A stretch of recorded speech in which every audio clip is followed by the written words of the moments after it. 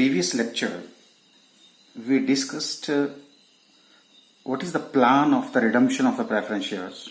Under that, as we discussed, what is the legal aspect and the financial aspect, and capital portion, premium on redemption. So we try to prepare the plan for the redemption of the preference shares.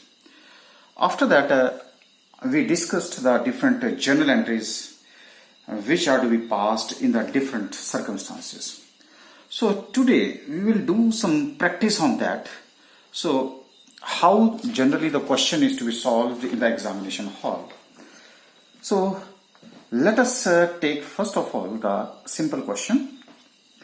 So the question is, the summarized balance sheet of Bharat Limited as on 31st March 2019 was as follows. Here liabilities are given: share capital, equity share capital 3,60,000, 9% redeemable preference shares of rupees 10 each. Okay, but rupees 8 is paid up. Okay, after that it means this is a partly paid up. Profit and loss account, surplus, we can call it as a surplus. Sundry creditors, sundry assets, investments, important part. Cash at bank, we are having a balance of 20,000 rupees. And the total is 5,40,000, 5,40,000. On the above data, it was decided to redeem the preference shares. So these are the preference shares at a premium of 5%. In order to provide cash towards the redemption of preference shares, all the investments were sold for rupees 50,000. Okay. Director desired the minimum number. So it means first method as well as second, the combination of the two methods of the fresh equity shares to be issued at par. Show journal entries and balance sheet. Okay, so as जो हमने पहले भी discuss किया था कि redemption of preference shares के लिए हम सबसे पहले क्या करते हैं, एक प्लान तैयार करते हैं. ओके, तो चलिए जी प्लान तैयार करते हैं इस क्वेश्चन का, फिर उसके बाद देखते हैं कि क्या होगा. तो कितने हैं जी, 16,000 प्रेफरेंस शेयर्स हैं. उनको रिडीम किसके ऊपर करना है, 5% प्रीमियम के ऊपर.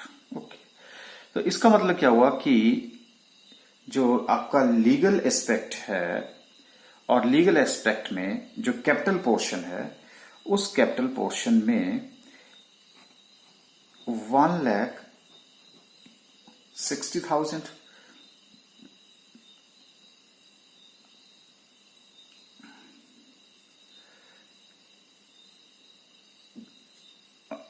कितना पैसा हम रिडीम करेंगे वो सबसे पहले देखेंगे. ओके, प्रीमियम के ऊपर हमारे पास कितना है जी, 8,000 है. ठीक है. अच्छा, अब हमारे पास क्या है, जो कैपिटल पोर्शन है वो 1,60,000, 8,000. अब आपको पता है कि जो कैपिटल पोर्शन है, कैपिटल पोर्शन में, और एक है हमारे पास प्रीमियम ऑन रिडम्पशन. 8,000 हम क्योंकि 5% दे रखा है. तो लीगल एस्पेक्ट में ये आ गया मेरा 1,68,000 टोटल, और यहां फाइनेंशियल एस्पेक्ट 1,68,000 का हमें अरेंजमेंट करना है. 1,68,000 का. अच्छा, capital portion as we already discussed कि कैपिटल पोर्शन हम दो पार्ट, एक कौन सा, आउट ऑफ प्रॉफिट,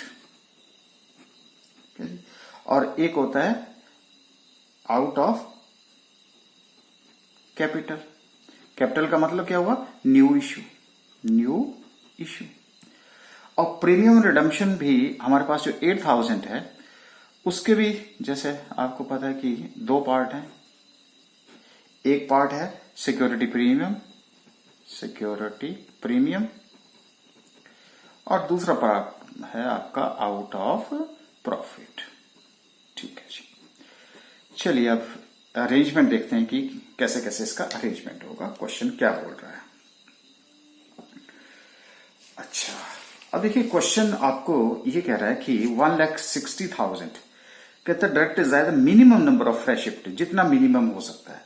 तो देखते हैं जी पहले प्रॉफिट एंड लॉस अकाउंट में कितना है, सरप्लस 40,000, लेकिन उसने इन्वेस्टमेंट्स, तो आउट ऑफ प्रॉफिट सबसे पहले मेरे पास प्रॉफिट एंड लॉस में पैसा कितना पड़ा है जी, 40,000. लेकिन मैं आपको एक और बात बता दूं, जो हम जनरल एंट्री पास करने से पहले हम आपको बता रहे हैं कि ये जो इन्वेस्टमेंट्स थी ये 40,000 की 50,000 में सेल कर दें, इसका मतलब 10,000 का मेरा प्रॉफिट हो गया। तो ऐड प्रॉफिट ऑन इन्वेस्टमेंट कितना जी 10,000, तो मेरे पास कितना बच गया जी 50,000। अच्छा, अब उसके बाद जो हम फ्रेश इशू लेके आ रहे हैं, अब पहले तो ये देखिए कि प्रीमियम में हमारे पास क्या पैसा है, सिक्योरिटी प्रीमियम में, ओ सिक्योरिटी प्रीमियम में तो हमारे पास कैसा है, नील है, बैलेंस नील है। अच्छा, अब आप देखिए कि जब हम न्यू इशू शेयर्स इशू करेंगे तो उस टाइम क्या हम उसको प्रीमियम के इशू कर रहे हैं, नहीं जी, क्या लिखा है, पार है। इसका मतलब है कि नया प्रीमियम भी नहीं आ सकता, तो सारा का सारा जो रिडम्पशन है वो किसमें से करना पड़ेगा, आउट ऑफ प्रॉफिट ही करना पड़ेगा। तो क्या मेरे पास, सबसे पहले हम देखेंगे ना कितने शेयर्स के लिए इशू करेंगे, तो उसके लिए हमें देखना पड़ेगा कि यहां तो पैसा नहीं है, तो 8,000 रुपीज मुझे कहां से देना पड़ेगा, आउट ऑफ प्रॉफिट। तो आउट ऑफ प्रॉफिट है तो माइनस में यहां से क्या कर देता हूं, 8,000 पहले ही ट्रांसफर कर देता हूं। तो आउट ऑफ प्रॉफिट में से कितना हो गया जी 8,000, यहां से यहां चला गया, तो मेरे पास बैलेंस कितना बच गया इसमें 42,000। अब अगर 42,000 बच गए तो 1,60,000 में से 42,000 अगर मैं माइनस करूं तो मुझे नया इशू जो लेके आना पड़ेगा वो 1,18,000 का लाना पड़ेगा। तो यहां से मुझे ये क्लियर हो गया कि 42,000 का अरेंजमेंट यहां से होगा, 1,18,000 का अरेंजमेंट यहां से होगा, सिक्योरिटी प्रीमियम नील है और ये सारा आउट ऑफ प्रॉफिट करना पड़ेगा। अच्छा, अब उसके बाद अब मुझे देखना पड़ेगा कि ये पैसा है भी मेरे पास या नहीं है।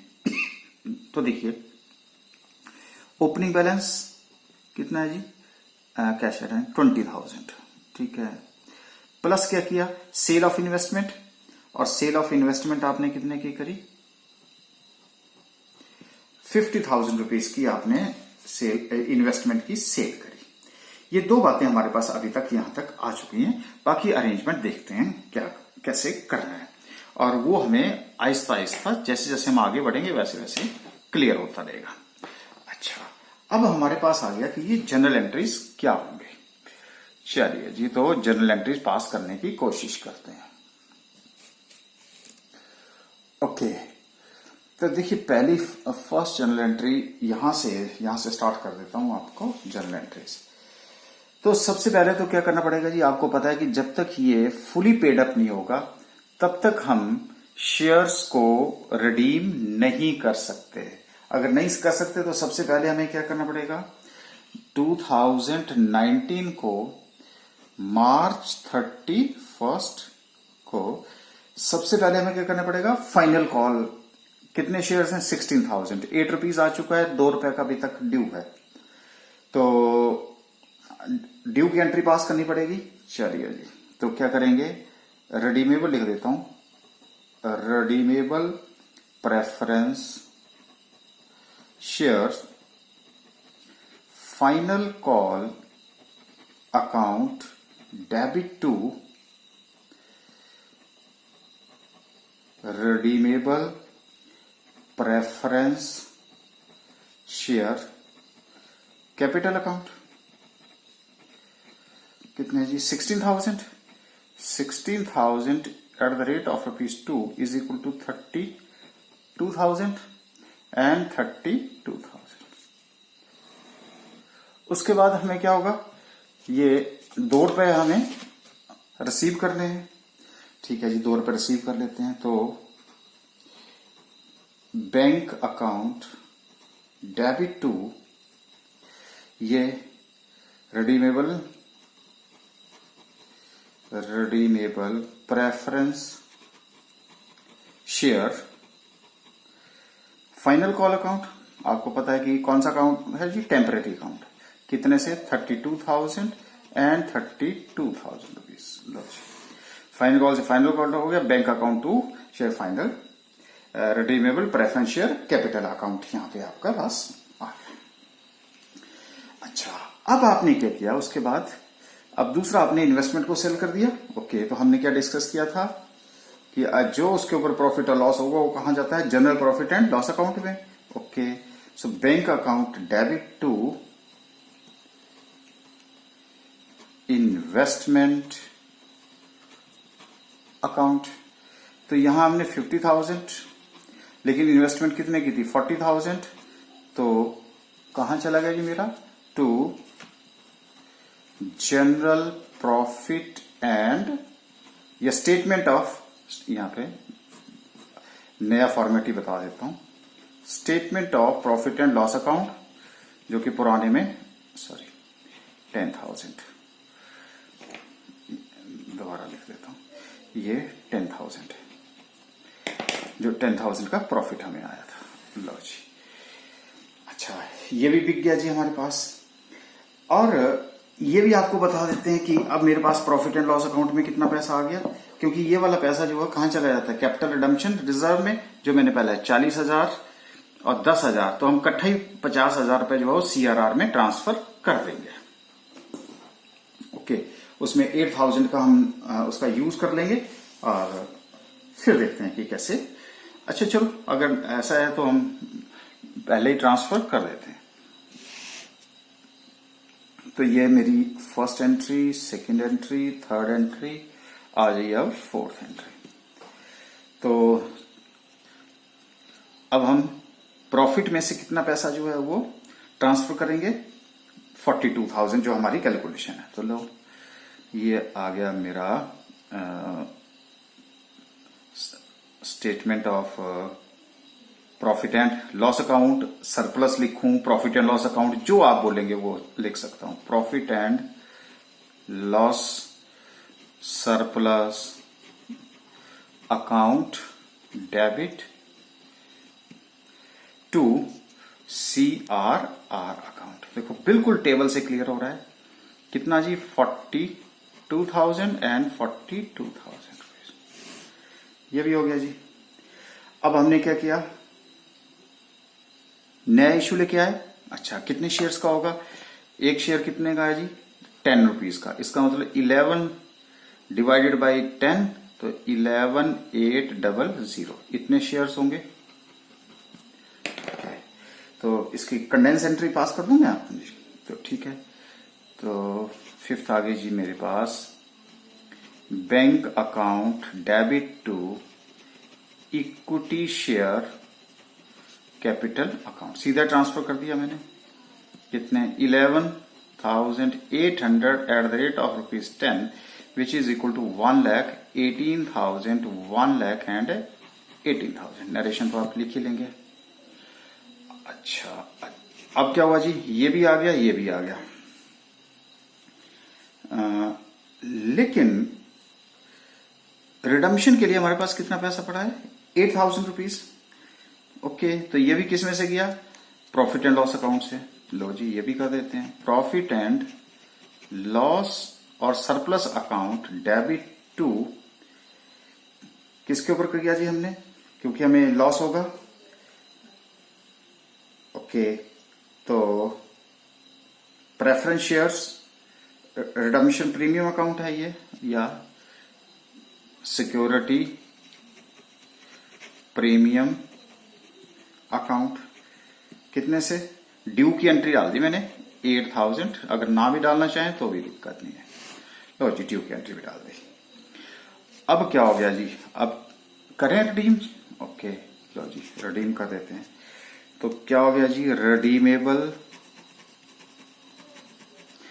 Preference share capital account debit, क्योंकि अब इसको क्लोज करेंगे तो कितने से, ये देखो 1,60,000 रुपीज। साथ में हम क्या देंगे, premium on redemption of preference shares, कितने जी, 8,000 टू, किसको जाएगा, redeemable preference share holders account, कितना, 1,68,000 रुपीज। लो ये भी हो गया। क्या करें जी, पेमेंट कर दें। ओके, तो last entry is redeemable preference share holders account, space की कमी है, टू बैंक अकाउंट, कितना जी, 1,68,000 एंड 1,68,000। लो जी मेरी एंट्री कंप्लीट हो गई। अच्छा, एंट्री, अब देखिए जितनी भी एंट्रीज हमने कंप्लीट की वो कहां से आई, जब हमारे पास प्लान तैयार था, और उसी के प्लान के ऊपर देखो हमें कोई ज्यादा सोचने की जरूरत नहीं पड़ी। अच्छा, अब आपसे क्या पूछा गया है, बैलेंस शीट। ओके, चलिए जी बैलेंस शीट भी बना देते हैं कि how the balance sheet is to be prepared. Okay, so मैं पुराने फॉर्मेट में बना रहा हूं अभी, जब नया सिखा दूंगा तो फिर उसके बाद आप उसी में जाइएगा। So balance sheet of Bharat Limited as on 31st of March 2019। तो हम पुरानी और नई दोनों का, अब मेरे पास शेयर कैपिटल पुराना अगर आप क्वेश्चन देखें तो उसमें क्या था जी, देखिए 30,000 शेयर कैपिटल और 11,800 के शेयर्स हमने नए इशू किए, तो मेरे पास टोटल हो गए 30,000 प्लस 11,800, ये हो गए मेरे 41,800 equity shares at the rate of ₹10 each. तो ये मेरे हो गए 4,18,000। ठीक है। अच्छा, प्रेफरेंस शेयर हमने रिडीम कर दिए, खत्म हो गए। अब मेरे पास क्या आ गया, रिजर्व एंड सरप्लस। ओके, अच्छा, रिजर्व एंड सरप्लस का पैसा मेरे पास कितना है, तो प्रॉफिट एंड लॉस अकाउंट का तो पैसा मैंने यूज कर लिया, तो मेरे पास क्या रह गया, सीआरआर, और सीआरआर का पैसा कैपिटल रिडम्पशन रिजर्व, ये देखिए जी 42,000 ट्रांसफर किया था हमने, तो सीआरआर हो गया मेरा 42,000 रुपीज। उसके बाद आती है मेरी करंट लाइबिलिटीज, उसके अंडर क्या है, सन्ड्री क्रेडिटर्स। और अगर आप सन्ड्री क्रेडिटर्स देखें तो मेरे पास सन्ड्री क्रेडिटर कितने हैं, 72,000 के, दैट इज 72,000, ये साइड का टोटल हो गया। ओके, अब मेरे पास क्या है, सन्ड्री एसेट्स। अगर आप सन्ड्री एसेट्स देखें तो कितनी की है, 4,80,000 की। लो, सन्ड्री एसेट्स आर 4,80,000। इन्वेस्टमेंट मेरी सेल हो गई है तो वो तो नहीं लूंगा। अब आ गया मेरा कैश एट बैंक, तो कैश एट बैंक की कैलकुलेशन में अब आपको यहां बता रहा हूं। तो क्या था जी, मेरे पास ओपनिंग बैलेंस कितना था, 20,000, और मैंने इन्वेस्टमेंट सेल करी 50,000 की। पैसा मैंने कितना रेज किया न्यू इशू से, प्लस 1,18,000। ठीक है जी। और मेरे पास कोई पैसा, बिल्कुल जी, हमने यहां पे 32,000 रुपीज की फाइनल, ये देखिए bank account debit to redeemable preference share final call का पैसा ले लिया है। तो फाइनल कॉल का पैसा 32,000, तो टोटल हो गया जी मेरा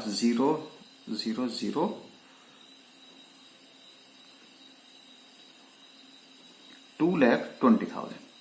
इसमें से मैंने रिडम्पशन के लिए कितना पैसा दे दिया, 1,68,000। ये देखिए बैंक अकाउंट मैंने क्रेडिट किया है, तो 0,002 एंड 5। तो कितना पैसा है जी मेरा बैंक में इस टाइम, 52,000। तो 52,000 को मैं cash at bank, that is 52,000, तो टोटल हो गया मेरा 5,32,000, और इधर 0,002,673 and 5,32,000। Asset is equal to liabilities. Clear है जी यहां तक? तो ये था हमारा सिंपल क्वेश्चन। अब इससे आगे जो है हमारी परेशानी बढ़ेगी, वो कैसे परेशानी बढ़ेगी, बस आप नेक्स्ट लेक्चर का इंतजार कीजिए। वहां से आपको जो मैक्सिमम कॉलेजेस में या मैक्सिमम इंस्टीट्यूट्स में उसको इक्वेशन के थ्रू जो है वो समझाया जाता है और एग्जाम में क्वेश्चन जो है वो पूछा जाता है। तो हम इक्वेशन से नहीं, बस इसी प्लान के थ्रू जो है उस क्वेश्चन को भी सॉल्व करने की कोशिश करेंगे। तो अब देखिए, आपको ऐसा लग रहा होगा कि बहुत सिंपल सी बात है, क्योंकि हमारा जब प्लान तैयार है तो जर्नल एंट्रीज तो कुछ भी नहीं है उसके लिए। तो नेक्स्ट लेक्चर में जो आपकी दिक्कत बढ़ेगी वो उसका आपको इंतजार करना पड़ेगा।